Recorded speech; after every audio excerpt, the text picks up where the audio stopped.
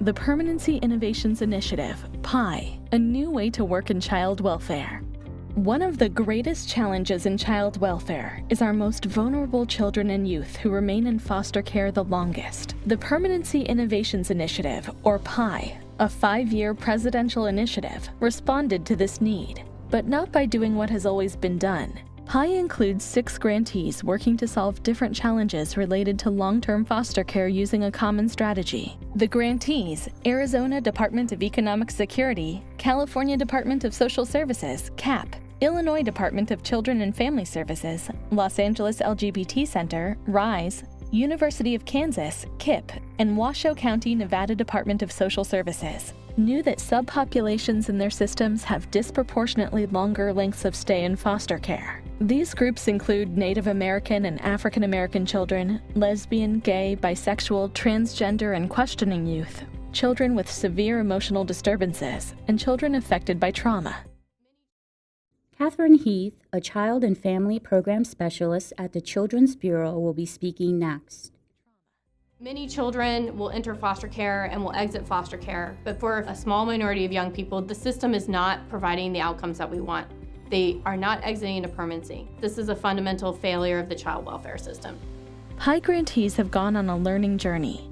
The PII Approach offers a new way to examine challenges facing children and families in the child welfare system and test solutions. The PII Approach is distinguished by the integration of implementation science and evaluation research into a comprehensive approach.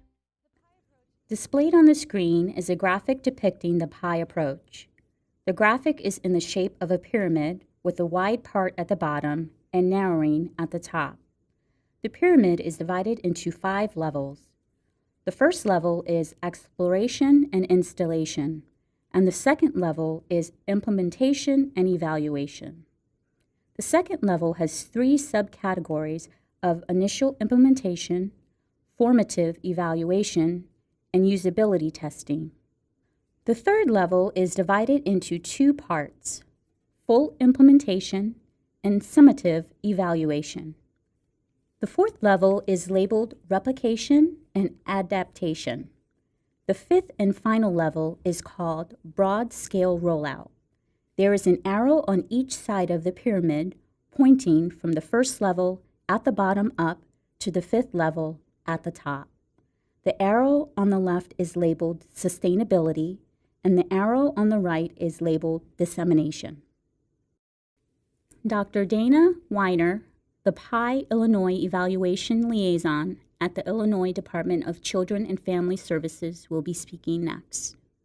The PII approach is very unique among other implementation experiences that I've had for a number of reasons. Integration of evaluation from the very beginning is something that I think is an ideal arrangement for implementing any innovation. But also the robust technical assistance that we receive, and probably most notably, the conceptualization of implementation through the lens of implementation science. Dr. Becky Aiken, a KIP principal investigator at the University of Kansas School of Social Welfare, will be speaking next. It's really the staged approach that is most significant in allowing people the opportunity to collect data, begin implementing early with a smaller group of participants and collect data, see how that goes, because there's going to be those unanticipated obstacles. Because of that staged approach and this kind of more careful systematic planning, what I think it creates is the opportunity to have not only more stable implementations, but more replicable implementations and interventions. So then we can take what we learn and hopefully use it in other communities. What has been learned from PII is a new way to plan for and approach the journey. The PII approach means a more deliberate way of working, yet many in child welfare feel they cannot slow down because of pressing issues with much at stake. Jessica CARRILLO, the CAP project manager at the Fresno County Department of Social Services, will be speaking next. Sometimes in child welfare, because of the crisis mode that we're in, we feel like we have to make a decision really quickly. But when we do that, we aren't exploring all the possibilities. So what PII allowed us to do was take a moment to just be in that exploration mode. Vicki MacArthur, a KIPP partner and clinical director at St. Francis Community Services, will be speaking next. Child welfare is a very fast-paced, crisis-oriented process, and it is very difficult to slow down. There's a lot of tensions within community, within agencies, within systems of hurry up, hurry up, hurry up. So I think the best way to have the system slow down was really through communication and relationship building. In the PII journey, toll gates were used as mile markers to assess progress. George GABEL, the PII Evaluation Team Project Director at Westat, will be speaking next. Toll gates really serve a valuable function. It brings together the decision makers to see how things are going, whether things are moving in the right direction, and whether you should proceed in the same direction or whether you need to adjust and move in a slightly different direction, or if conditions really demand it, to stop and to start over in a more deliberate way that is going to allow you to sort of redirect your resources.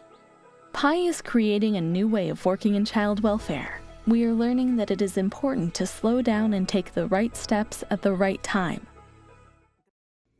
Jean Marsh, the Division Director of Children's Services at Washoe County Department of Social Services, will be speaking next. The PII approach required us to be more systemic. We have never implemented a process previously that evaluated a model, that studied it, that implemented, that went back and tweaked it. And what I've noticed since the research component has been over is that there have been times that we just want to implement something that is large scale without using the rigor of the PII approach, and we realize that we can't do that because the PII methodology requires you to be very disciplined. With the PII journey, we're moving in the right direction. As always, the journey is just as important as the destination.